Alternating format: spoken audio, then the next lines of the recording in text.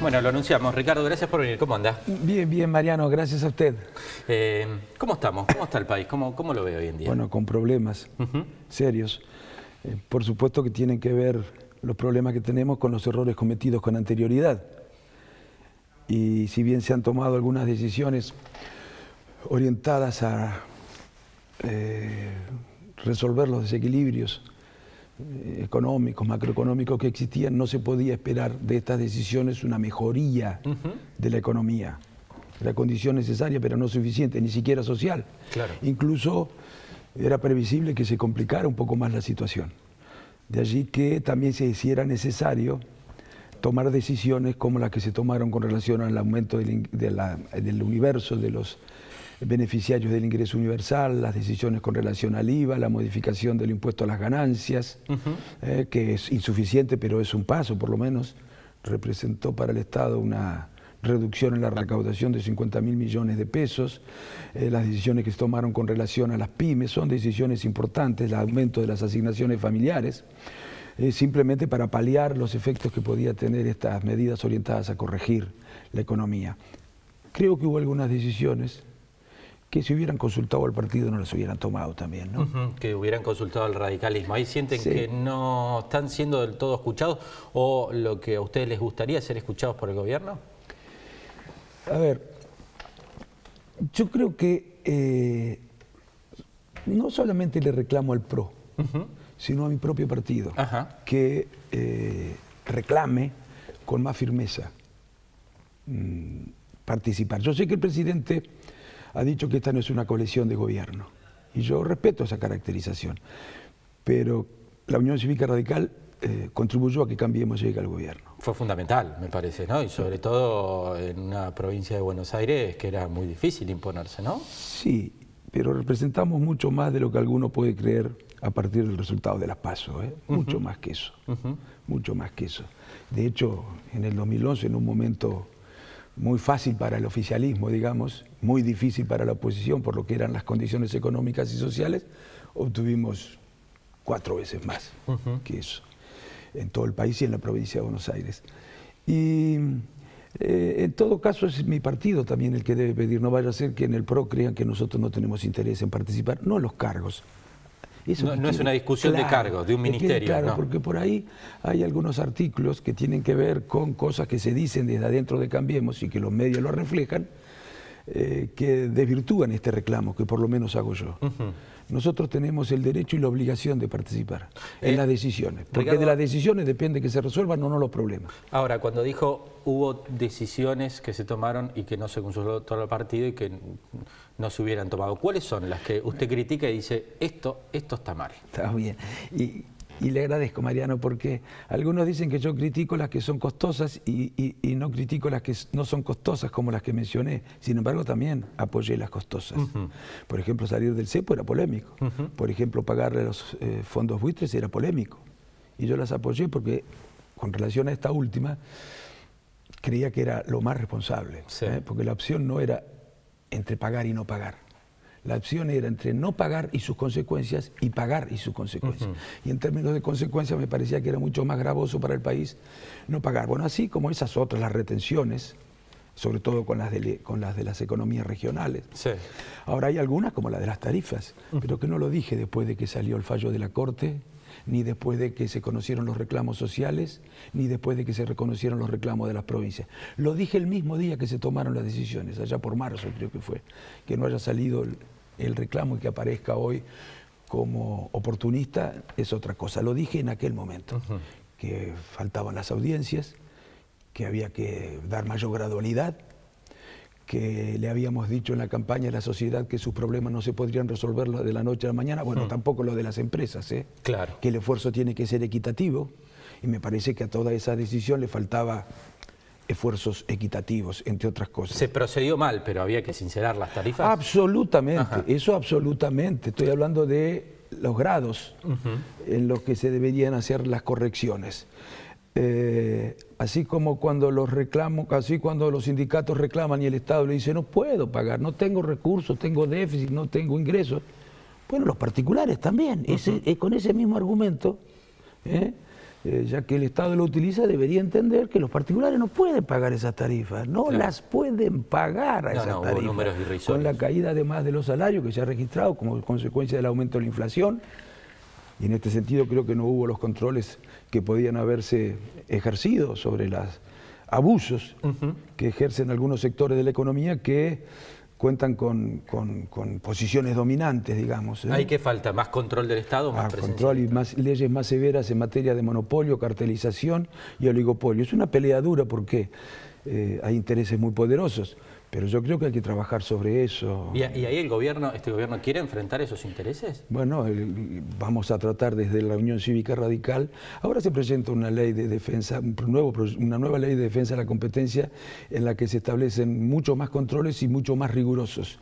Tenemos que, lo que pasa con el sector agropecuario, que produce y vende a precios muy baratos y son carísimos en los supermercados, por ejemplo. Yo estoy a favor de la ley de góndolas, porque ahí no funciona el mercado. Que no me vengan a decir que la ley de góndolas significa una interferencia en el mercado. Si ahí no funciona el mercado. Claro. Si hay miles de productores y 3 o 4 compradores, allí no funciona el mercado. Quiero sumar al equipo. Juan. Ricardo, bueno, la pregunta mía tiene que ver con lo que usted estaba diciendo, con el precio, el aumento de precios, la inflación. Cuando suben los precios, a nosotros, los trabajadores, nos alcanza menos el dinero, ¿no? Claro. Y ahora se ve claramente que el gobierno dejó de recaudar y produce un déficit fiscal. Y cuando hay déficit fiscal hay que financiarlo de alguna forma. Y el presupuesto del año que viene prevé ese déficit de 5 puntos del PBI. ¿Se va a arreglar la inflación? ¿Va a seguir la inflación el año que viene? ¿Cómo lo ve? ¿Cuál es su opinión? Yo creo que se necesita un acuerdo entre el sector del trabajo, el sector de capital y la política para definir, entre otras cosas, políticas de ingresos. Y bueno, yo apuesto a que ese acuerdo pueda prosperar. Hay algunos que no creen en ese recurso, yo sí creo en ese recurso, y en la década, el año 2002 es un ejemplo de que pudo funcionar. Bueno, ese déficit puede ser financiado de dos maneras, con emisión o con inflación, o con endeudamiento. Algunos critican el endeudamiento. Ahora, la alternativa es o el ajuste, es insostenible socialmente, como quieren los ultraliberales, o la emisión. ¿Y volver a recaudar lo que dejamos de recaudar en los sectores poderosos? Sí, bueno, esa discusión hay que dar, y no solamente en los que nunca recaudamos de los sectores poderosos. Por ejemplo, el impuesto a las ganancias tiene que extenderse a la renta financiera, a los títulos, a las acciones. Hay que gravar más la minería. Claro. También con eso yo estuve en desacuerdo. Pero no solamente con relación a las retenciones que se eliminaron en las mineras. La democracia es el gobierno de la opinión pública, en algún sentido. Ahora, ¿cómo se forma la opinión pública? Si yo no tengo una experiencia real de los hechos, si no estoy personalmente en el lugar, tengo que enterarme de lo que pasa. ¿Cómo me entero de lo que pasa en Pakistán? Claro. Si no vivo en Pakistán, por los medios. Bueno, yo veo que hay cosas que no se tratan, No se hablan. de las que no se hablan. Y cuando no se habla, la gente no sabe. Tal vez ni sepa que existe la megaminería. Si no sabe que existe la megaminería, no sabe qué es la Se megaminería. enteró por el problema de San Juan en estos días. Bueno, pero ¿y qué se está haciendo con los glaciares? Ustedes saben que se sancionó una ley para hacer el inventario de los glaciares. Averigüen ustedes qué es lo que se está haciendo. Si además de bajar en las retenciones hicieron algo para tomar las precauciones para que no se produzca el daño que se le puede producir, porque el agua sale después de esos glaciares, el agua de los ríos. Y lo que ha pasado ahora de nuevo en San Juan es una vergüenza, literalmente. Bueno, entonces si nos hubieran consultado también ahí, creo que no hubieran tomado algunas decisiones. Al juego hay que grabarlo más también. Yo estoy en contra del juego, pero bueno. ¿Cómo ve la provincia? ¿Cómo está esta provincia de Buenos Aires con María Eugenia Vidal a la cabeza? ¿Qué análisis hace de los primeros meses de la gobernadora? También es una provincia muy complicada, que no solamente en términos de cuentas públicas estaba muy complicada en cuanto a los servicios que presta, muy mala calidad los servicios, un Estado muy poco eficiente. En realidad el Estado durante todos estos años se ha transformado en un Estado con poca inteligencia, digamos. con poca capacidad para pensar la provincia y para pensar la nación. Bueno, y hay que ponerse a trabajar mucho, por supuesto los resultados no se van a ver, pero yo diría que con las decisiones que se han tomado en la provincia tengo menos diferencias que con las que se han tomado a nivel nacional, y todas las diferencias a las que aludo son con ánimo constructivo, no quieran hacer de Cambiemos una escribanía. Si estaba mal la escribanía antes, que esté mal también ahora, ¿no? Yo celebro, por ejemplo, fíjense, con lo de las Malvinas, con ese comunicado que ha dado tanto que hablar, aunque no tanto como debería haber dado que hablar. La presidenta de la comisión, que es Elisa Carrió, que es de Cambiemos, convocó a una reunión de la comisión para que todos los bloques pudieran expresar su opinión acerca de esto, que también muchos se enteran por los diarios. Yo, por ejemplo, y muchos se enteraron por los diarios, y que es una cuestión muy importante, ¿no? ¿Qué le parece? El tema de Malvinas. Yo no sé si esto se hubiera podido hacer en otro momento. En este sentido, algunos tal vez creían que la doctora Carrió iba a defender la República o el funcionamiento independiente de las instituciones cuando estaba en la oposición. Bueno, lo está haciendo ahora. A algunos le puede molestar, yo creo que estuvo muy bien. Y ha invitado a la Malcorra también para que venga a explicar, no se trata de hacer de eso un show. Claro. Explicar cuáles son las posiciones. Yo también con eso manifesté diferencias, como manifestó acuerdos o coincidencias con muchas otras cosas. Cristian, ahora me imagino que viene por el radicalismo, ¿no? Exactamente, un radicalismo que vive de sus internas, ¿no? Es un partido con mucha interna, con mucha vida interna, con muchos intendentes también en la provincia. Digo, y que ha solucionado sus internas justamente con una unidad. Sí. ¿Cómo se llegó a esta unidad? ¿Fue fácil? Y bueno, ¿cómo, si ve que esa unidad va a permitir que el radicalismo se meta más en las decisiones? Bueno, en primer lugar, sí, es un partido con mucha interna, es muy democrático, es una manera de... y muy republicano. Nos falta mucho todavía aprender, pero es un partido muy republicano. En este partido es imposible que se designen a dedo los candidatos. Te prende en fuego el partido si vos lo vas a designar a dedo. Es un partido muy democrático.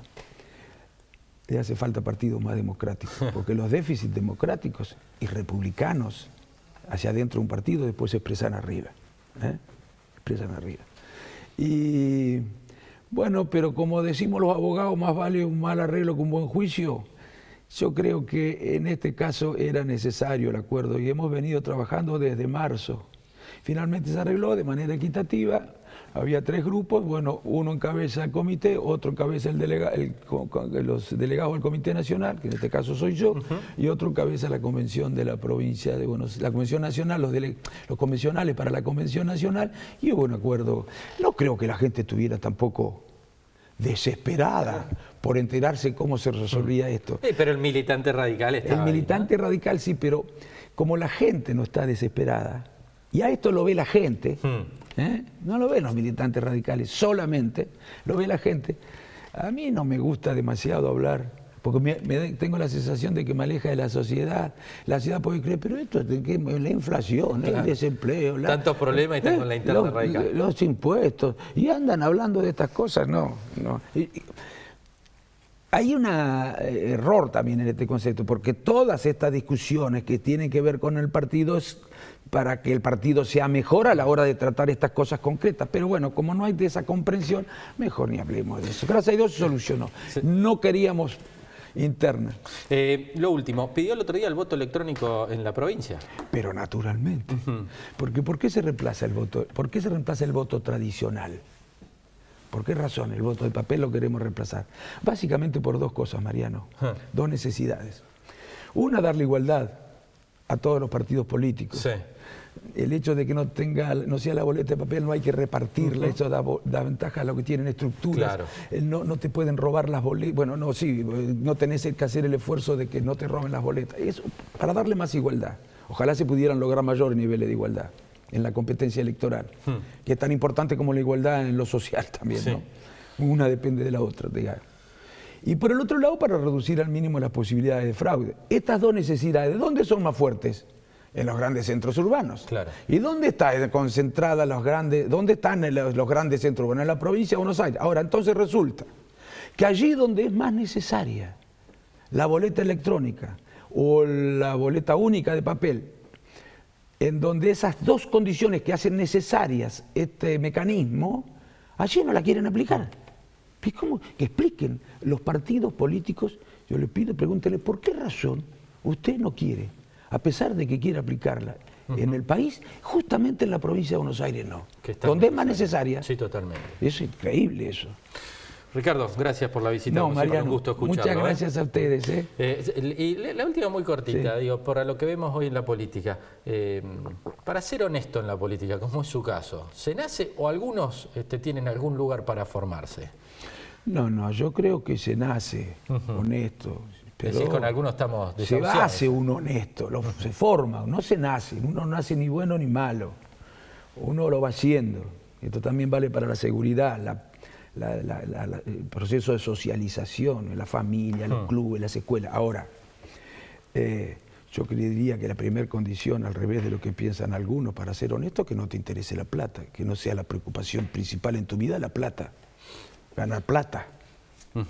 Eso es una condición buena, al revés de lo que piensan algunos. Gracias, muy amable. Gracias. Hacemos la pausa, en un instante hablamos con Fabián Alessandrini, día de reclamo de los trabajadores estatales, ya venimos.